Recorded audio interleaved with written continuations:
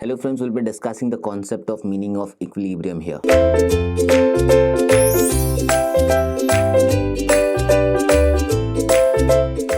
Now, most of you would be knowing the definition or rather what exactly equilibrium is, how exactly equilibrium forms, what exactly you need to speak into them.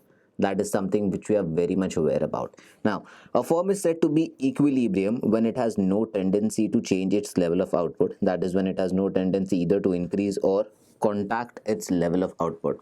That means neither it can increase its output, neither it can decrease its output. This is the situation whereby you can say that the firm is at equilibrium position here.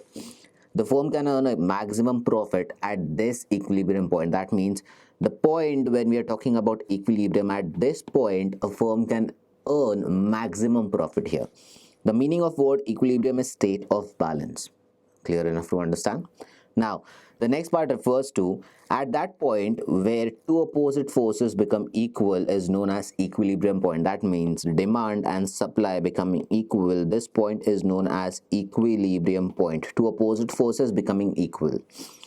In case of a firm, equilibrium position will be a producer's equilibrium quantity of a product and will be charged as much as price where the equilibrium quantity of the product can be sold out in the market. For example, if for 100 rupees you can sell out 10 products, for 200 you can sell out 20. This part is known as the price being charged and the quantity being supplied there. That is the kind of, or rather demand and supply being equilibrium. So this is what exactly the meaning of equilibrium refers to. Thank you.